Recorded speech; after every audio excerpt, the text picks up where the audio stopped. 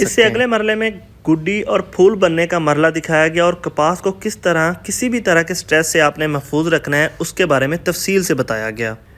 अगले स्टॉल में कपास के टींडे बनने के मरहले के बारे में बताया गया और टींडे को किस तरह मुख्तलिफ बीमारियों से बचाना है उस बारे में बहुत ही तफसील के साथ किसान भाइयों समझाया गया। अगले स्टॉल में किसान भाइयों को स्प्रे करने का सही तरीका समझाया गया, नफ्जल आपने कौन सी लगानी है और आपने कपड़े कैसे पहने हैं उस बारे में समझाया गया। आखिरी स्टॉल पर नया सवेरा की ऐप के बारे में समझाया गया जिसकी मदद से आप घर बैठे नया सवेरा की कोई भी प्रोडक्ट आप आसानी से घर पर मंगवा सकते हैं। के पास पाकिस्तान प्रोग्राम में किसान भाई आए हैं, इनसे पूछते हैं यहाँ पे जो कुछ उन्होंने देखा और क्या सीखा। जी सर। जी, ये इनकी बड़ी अच्छी काविश है जी कपास के लिए। कपास बहुत ज़रूरी है हमारे मुल्क के डॉलर कमाने के लिए, इंपोर्ट एक्सपोर्ट बढ़ाने के लिए।